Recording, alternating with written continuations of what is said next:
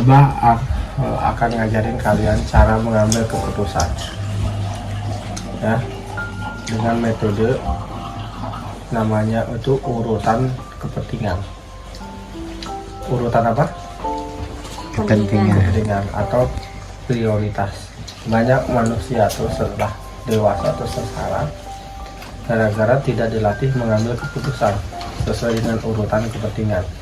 Setiap hari kita ini dihadapkan berbagai macam pilihan. Setiap hari makan dulu, sholat dulu, BAB dulu, nerima tamu dulu. Itu kan ada pilihan, ya kan? Pakai baju dulu atau pipis dulu. Setiap hari kita pasti dihadapkan apa? Oh iya, kata doa. Setiap hari kita dihadapkan berbagai macam pilihan. Setiap hari. Nah, kalian harus paham kalau ada kebingungan dalam banyak pola pilihan itu, mana yang harus diprioritaskan. Gitu, mana yang harus didahulukan. Prioritas artinya mana yang harus didahulukan. Dalam agama kita itu sudah ada namanya aturannya.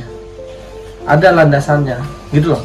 Bahkan di antara dua kebaikan, kita harus bisa memilih mana kebaikan yang paling bagus, itu yang harus didahulukan. Kata Allah di dalam surat At-Taubah ayat 19-20 itu, orang-orang yang menyediakan minuman makanan buat orang yang ibadah haji itu ya, dibandingkan dengan orang yang beriman kepada Allah dan berjihad, itu sama di hadapan Allah. Ternyata enggak. Menyediakan makan, minum buat orang ibadah haji itu berpahala enggak? Memberikan orang buka puasa berpahala enggak? Sedekah itu berpahala enggak? Tapi kata Allah, berjihad itu jauh lebih bahaya. Berjihad itu apa? Berjihad itu berjuang di jalan Allah. Ya, itu berjihad lebih pahala. Kata Allah, jauh beda derajatnya, gitu. Itu kan dua kebaikan. Bukan jelek, dua-duanya dua kebaikan. Mas mau sholat sunnah, Mas mau belajar, tapi Mas dipanggil Abah. Mana yang harus didahulukan? Belajar itu kebaikan bukan, Mas? Kebaikan. Dipanggil orang tua kebaikan bukan? Ya, mana yang paling didahulukan? Dipanggil orang tua itu harus didahulukan daripada belajarnya. Atau contoh nanti jadi Umi misalnya, Umi anaknya umur 5 tahun teriak-teriak celaka, Umi malah di dapur misalnya, malah terusin aja masak gitu, kagok gitu. Atau Uminya malah main HP, ini ada order gitu kan, anaknya nangis dibiarin gitu, malah ngurus open PO sista, di order sista gitu kan misalnya. Nah, ketika Umi masak, ketika Umi dagang, itu kebaikan bukan? Kebaikan. Tapi anaknya teriak-teriak, mana yang didahulukan harusnya? Anaknya. Iya, kenapa? Kalau masak bisa dihentikan dulu, bisa diterusin. Kehilangan order nggak apa-apa, tapi kehilangan anak, kalau anaknya celaka kan nggak bisa diulang-ulang. Makanya Yusuf Qaradawi pernah buat yang namanya itu kitab khusus, namanya itu fikih aulawiyat, al-fiqh al-aulawiyat, artinya itu fikih prioritas, prinsip-prinsip memprioritaskan sesuatu. Kan setiap kebutuhan kita ada kebutuhan yang ada 3 jenis kan disebutnya itu. Ada kebutuhan yang dururiyat, yang primer bahasanya. Ada kebutuhan namanya itu hajiyat atau sekunder. Ada kebutuhan namanya itu tahsiniyat atau tersier. Nah, kita harus mendahulukan mana yang paling prioritas. Misalnya ya, kebutuhan dururiyat itu kayak makan, melestarikan kehidupan. Hajiyat itu punya rumah, punya tempat tinggal. Nah, sekarang kalau nggak punya tempat tinggal, kita masih bisa hidup nggak? Masih ya. Iya. Ya, kebutuhan misalnya yang satu lagi itu kebutuhan namanya itu tahsiniyat, untuk memudahkan kehidupan, punya mobil. Itu bagus, nggak apa-apa. Tapi kalau punya mobil misalnya jadi berhutang, rumah belum punya, padahal kecuali mobilnya dipakai usaha. Nah, itu sebetulnya kita tidak paham mengambil keputusan. Contoh lain, kemarin kayak kejadian teteh itu, ya kan, ngedownload, itu kan kebaikan. Tapi misalnya orang tua datang, ya, terus kuncinya nunggu lama, itu kan dua kebaikan. Jadi harus paham di antara dua kebaikan itu, mana kebaikan yang paling manfaat, itu yang diambil. Yang kedua, kalau ada kebaikan dan keburukan, misalnya nih, kakak dihadapkan ada satu kegiatan, kakak itu kebaikan, yang satu lagi menghindari keburukan, mana yang harus didahulukan coba? Mencegah keburukan atau mengambil kebaikan?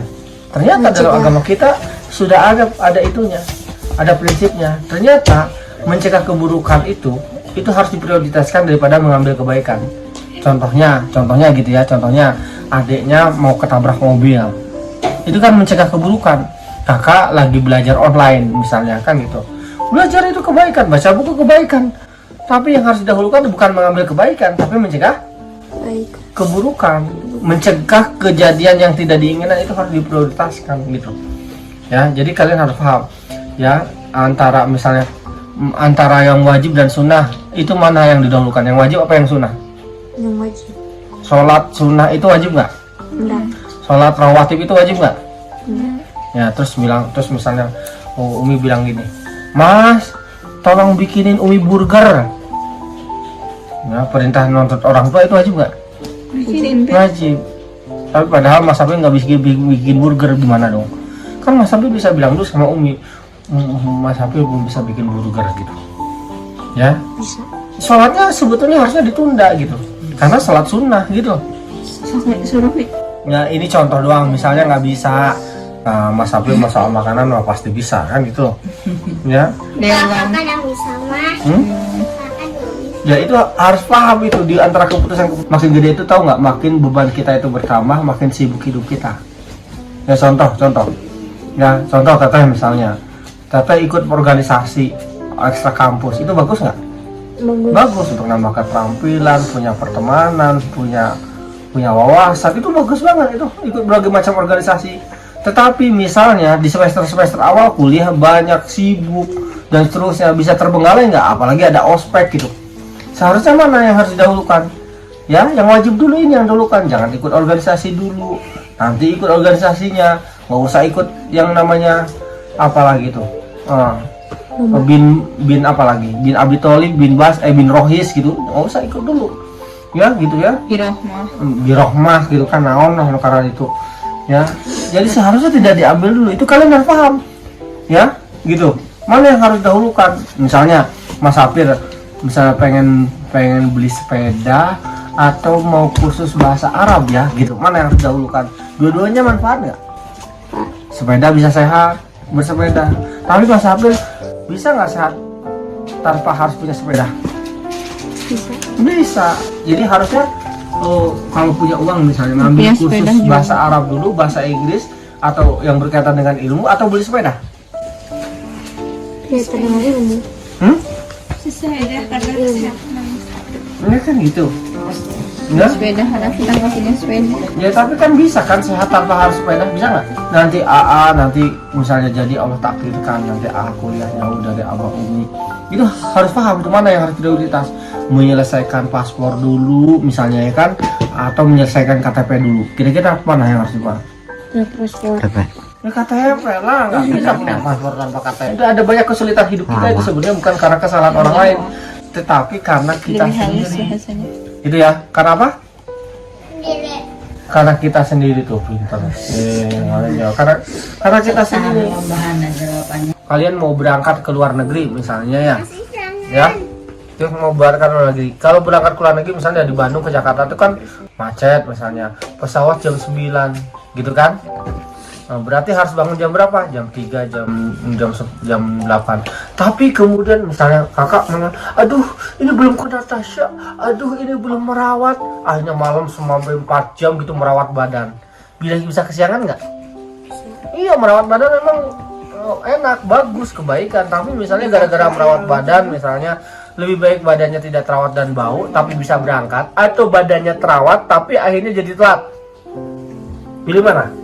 Badannya bau tapi bisa nyampe. Iya, itu contoh sederhana itu kan apa? Tentu itu tidak ideal. Tapi kan kadang-kadang hidup itu tidak selalu ideal, tidak selalu seperti yang kita inginkan. Ada lagi prinsip yang lain. Kalau tidak bisa mengambil semuanya, jangan tinggalkan semuanya. Malam yudroku kulhu, la yudroku kulhu. Itu prinsip yang lain. Kalau gak bisa mengambil semuanya, jangan tinggalkan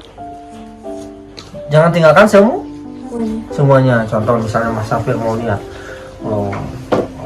Mas Sapir mau sholat duha gitu. Tapi sholat duha kan 11 rakaat. Aduh capek Nah, tapi jangan tinggalkan semuanya, minimum 4 rakaat, minimum 2 rakaat. Sekolah dulu, atau misalnya belajar bikin komik dulu.